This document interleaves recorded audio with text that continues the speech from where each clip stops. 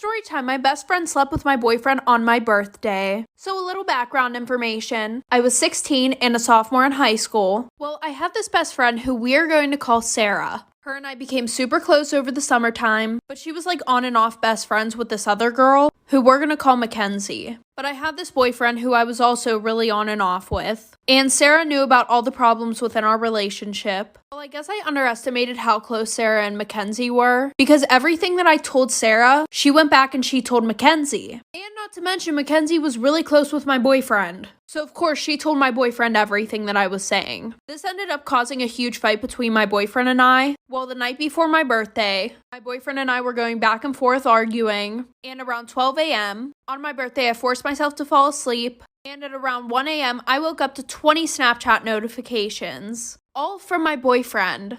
And when I opened them, I saw the worst thing ever. Like for part 2. Part 2 about how my best friend slept with my boyfriend on my birthday. So like I said, I woke up at around 1 a.m. to 20 Snapchat notifications from my boyfriend. And I saw the absolute worst thing ever. The first 5 notifications were just him calling me names. And then all the other ones were just him doing stuff with my best friend. And you guys can already guess what I mean by doing stuff. So at this point, I was heartbroken, I was pissed off. But of course, because I gotta have the receipts, I went and took a video off my sister's phone of everything that he sent me. In the morning, I woke up to a text from an unknown number, and it turned out to be my boyfriend's best friend saying that him and Sarah were now together. So my boyfriend asked me to meet up and apologize. So I met him at this park, and he apologized to me, telling me that he wanted to get back together with me. But I told him to KMA, and I left. Then Sarah came to my house and keyed my car, and then we fought on my front lawn. And then after that, she was texting me about how she was coming back to my house. Like for part 3.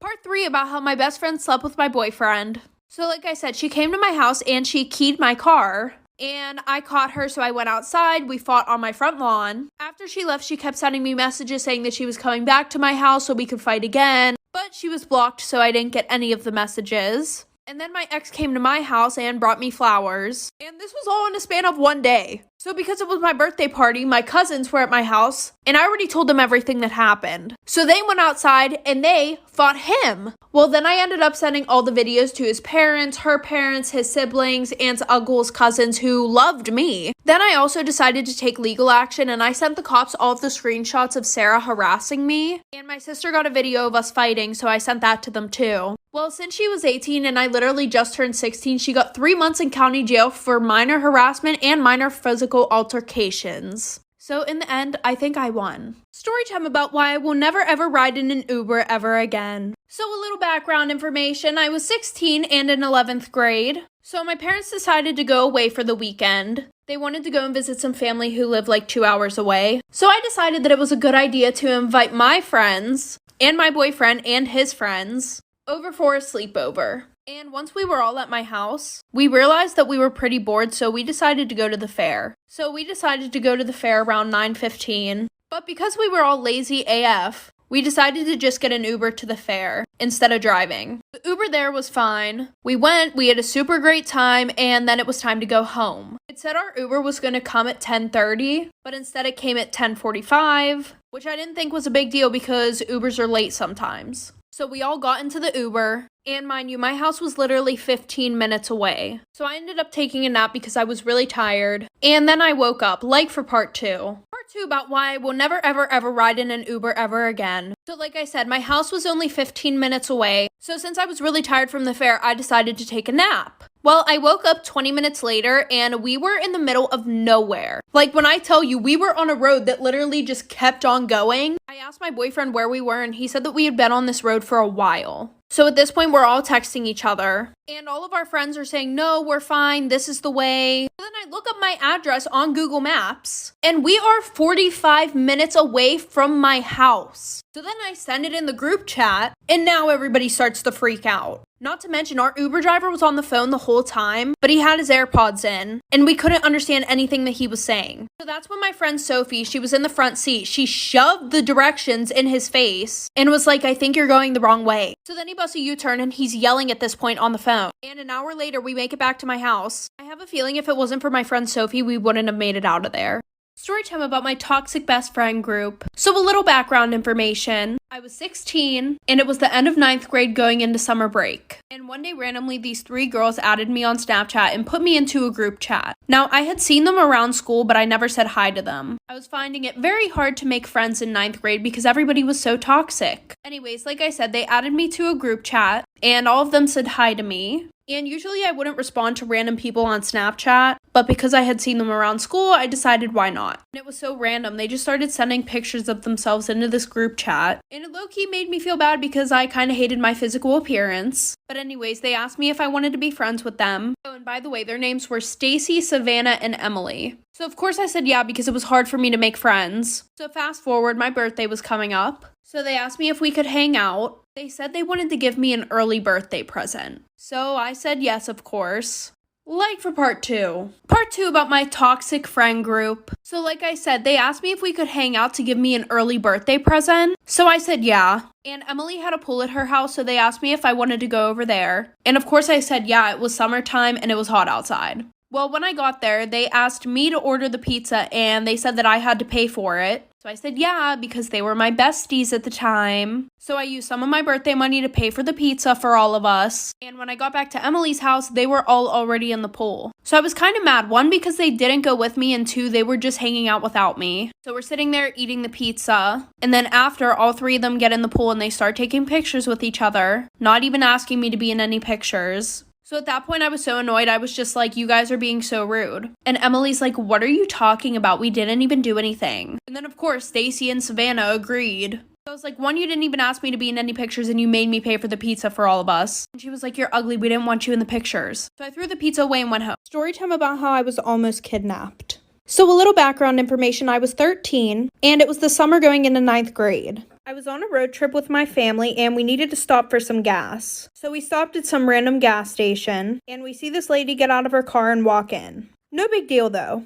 So we're inside and we're waiting in line to use the bathroom. So we were in the front of the line and then that lady was behind us and then there were a few people behind her. So as we're standing in line, she FaceTimes some guy and then she starts pointing the camera at people around the store and she would be like, oh, do you like this? And he would say yes or no. Well, then she points the phone at me. And then he goes, yeah, that's the one. And my mom and I were super creeped out about this because she was being super loud and she was taking a really long time at this gas station. So my mom goes into the bathroom and then she starts to talk to me. She starts asking how old I am, where I'm from, and if my mom and I were here with anybody else. Like for part 2. Part 2 about how I was almost kidnapped. So like I said, she starts to talk to me and ask me super personal questions. And I'm being vague about everything that I possibly can be. So I go in, I use the restroom after my mom. We grab some snacks and then she follows us around the whole store. And she didn't even use the bathroom. So we leave the store and we saw the car that she got out of and it was parked right next to our car. When originally it was parked all the way across the parking lot. And I'm guessing the man who she was on FaceTime with was in the car. And he was sitting right where my car door was. So my mom and I decided to walk around a little bit and this lady is just following behind us the whole time. So we call my dad who was across the street at another store. We told him about the situation so he comes and picks us up and then he sees the car pick the lady up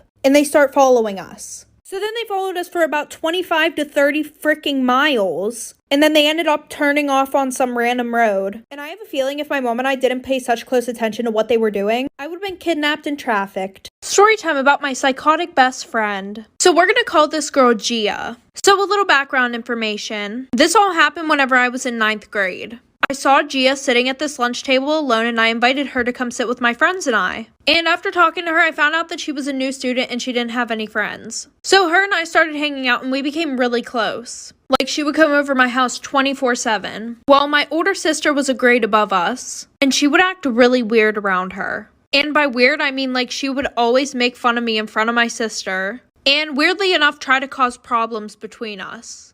My sister didn't really like her. She thought that she was weird. But because she was my friend, she was being super nice to her. Well, like a month later, she started trying to become best friends with my sister. Like any conversation she would have, I would be like, oh, do you want to come over? She would be like, no, sorry, I'm hanging out with your sister today. And I would go home and I would be like, hey, are you hanging out with Gia today? And my sister would be like, what the hell are you talking about? Like for part 2.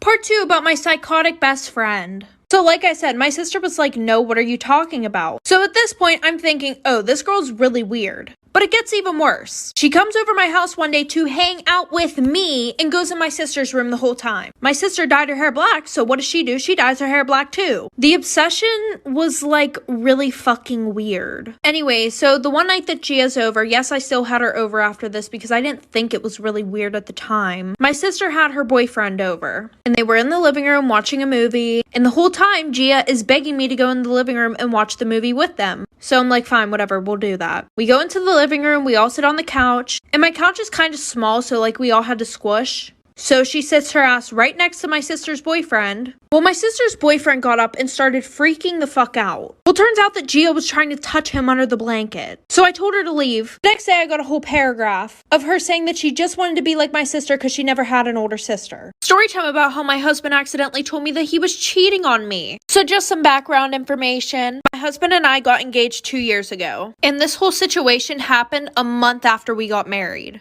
So fast forward, it's a Sunday morning. Well, usually every week on Sunday, I clean the whole house. So I woke up, went into the bathroom to take my ring off, and I could not get it off. Mind you, I had gained a little bit of weight since my husband and I got engaged. Anyways, I tried butter, I tried soap, I tried everything, even oil. So after trying to get it off for an hour straight, my finger was 3 times bigger than it usually is. So at this point, I'm really scared that I'm going to have to get it cut off. Because 1, I didn't want to ruin it. And 2, it was really expensive. So I call my husband and he's like, oh, call your dad. Firefighters always know what to do. So I called my dad and thank God he lived 5 minutes away because he drove over really quickly. Like for part 2.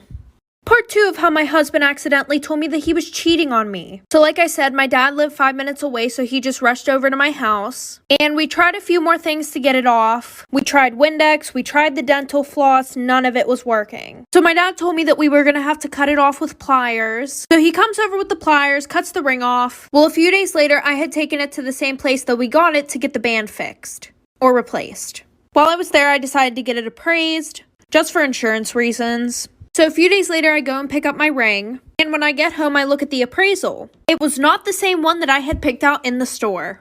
It looked exactly like it, but there was like a $20,000 price difference. So right now, I'm like, what the fuck?